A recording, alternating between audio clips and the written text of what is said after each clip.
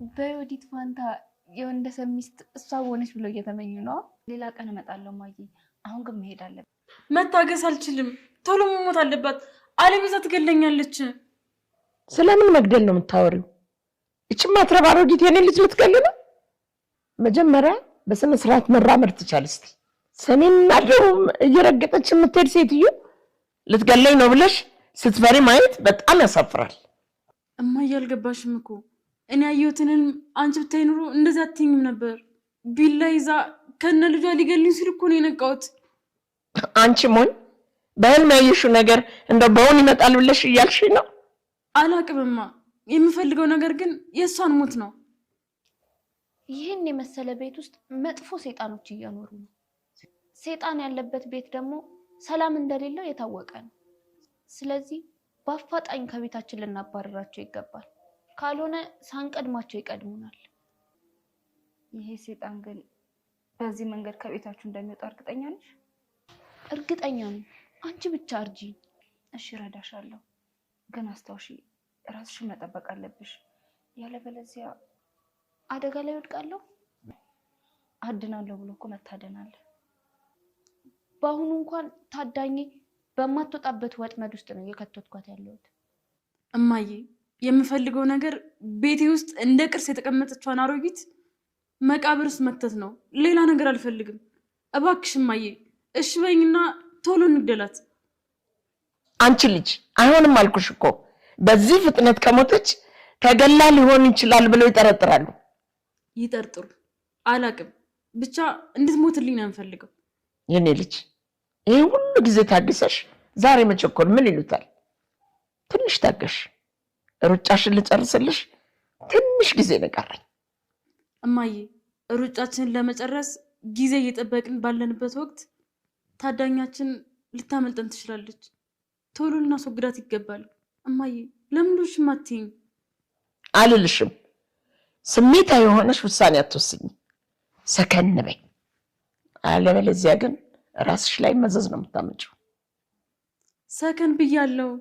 የምፈልገው ነገር ለታዳኛችን የሚሆነውን ወጥመድ መዘርጋት ነው። ወጥመዳቸውን መዘርጋታቸው አይቀርም። ሲዘረጉ በካሜራ ሊይዛቸው ነው የምፈልገው። እነዚህ ወጥመድ የሚዘረጉት ማን ናቸው?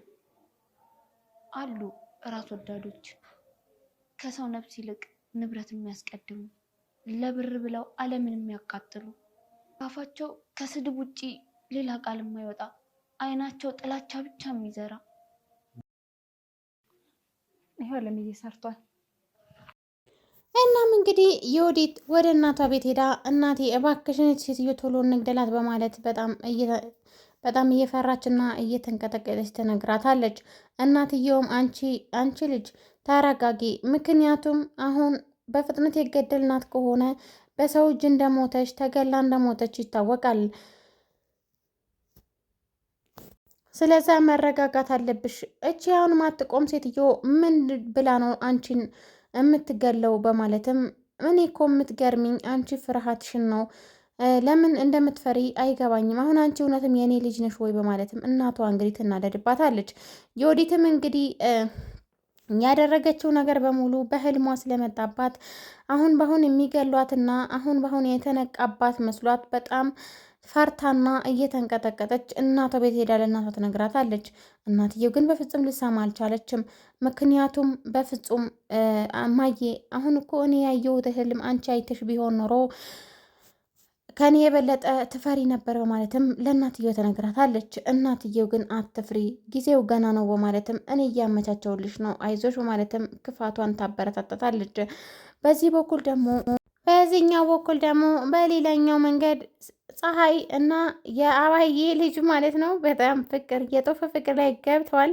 እናም እንግዲህ አባዬ በጣም እያስቸገረቻትና ለፀሐይ በሆነ ባልሆነው ደሞዟን እየቆረጠች ያለ ደሞዝና በነፃ እንድትሰራ እያደረገቻት ትገኛለች። በዚህ በኩል ደግሞ ፀሐይ በጣም እየተናደደች ትገኛለች። እናም እንግዲህ መሀል ላይ ብርጭቆ ትሰብራለች። ብርጭቆ የሰበርሽውን እኔ ስንት ብር እንደገዛው ታውቂያለሽ? በማለት ጠይቃታለች። እሷም አላቅም በማለት ትመልስላታለች።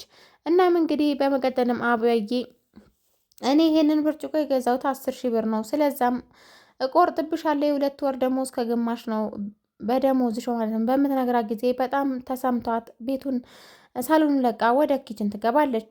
ግን ደግሞ ልጇ እየሰማ ነበርና ምንድን ነው ያልሻት ልቆርጭባት ነው በማለትም ይጠይቃታል። ግን እኮ የዚህኛ ወር ደሞዝ ራሱ ወጥ አሳራሽ በማለት ተልካሻ ምክንያት ደሞዜን ቆርጠሻል በማለትም በምትነግራት ጊዜ በጣም እንግዲህ ያው ክፋት እንግዲህ የአባዬ እንግዲህ በጣም የዮዲት እናት አይደለች። በጣም እንግዲህ በመናደድ እና በጣም በመበሳጨት ነበረ የመለሰችላት።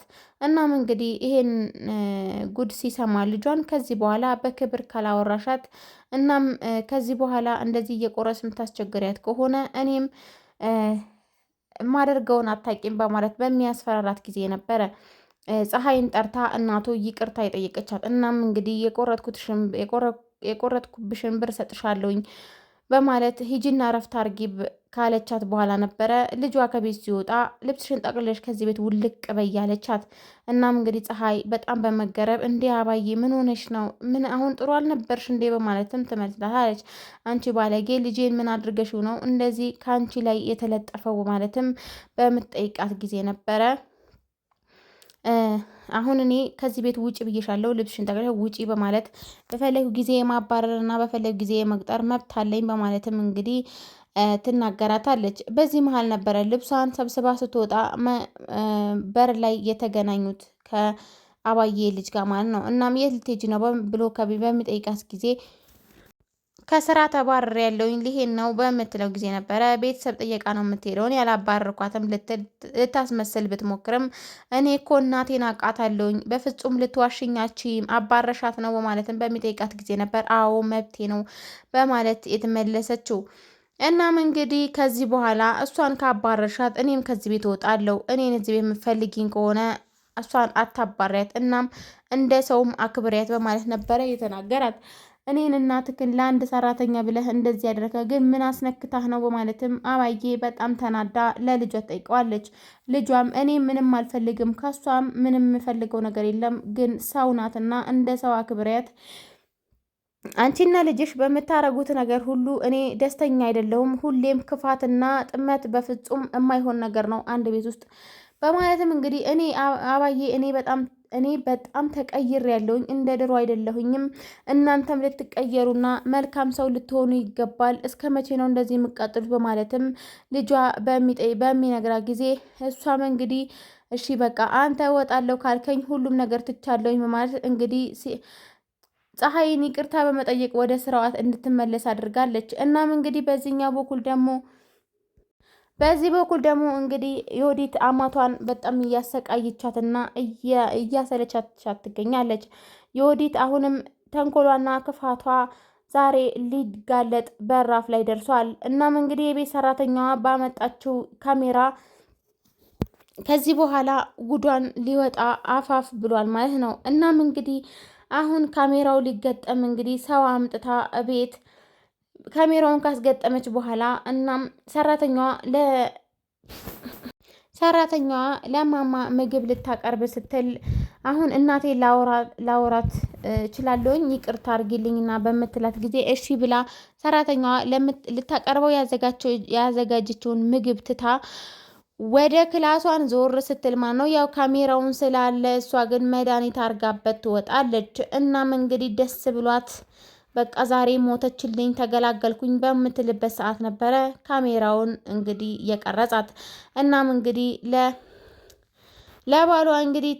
ለባሏም አሳይተውት በጣም ጉድ ሆናለች ማለት ነው። በጣም በሚያሳዝን ሁኔታ ዮዲት አሁን ውርደት ላይ ወድቃለች።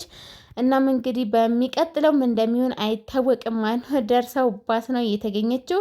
ሰላም ሰላም! ውድና የተከበራችሁ የኔ ዩቲዩብ ቤተሰቦች በያላችሁበት ሰላማችሁ ብዙ ትርፍ ይበልልኝ። ለዚህ ቻናል አዲስ የሆናችሁ ላይክ፣ ሼር፣ ሰብስክራይብ አድርጉ። እንዲሁም ደግሞ የደውል ምልክቷን በማጥቆር የምለቃቸውን ቪዲዮ ቶሎ ቶሎ ማግኘት ይችላላችሁ። ቸር ቆዩልኝ።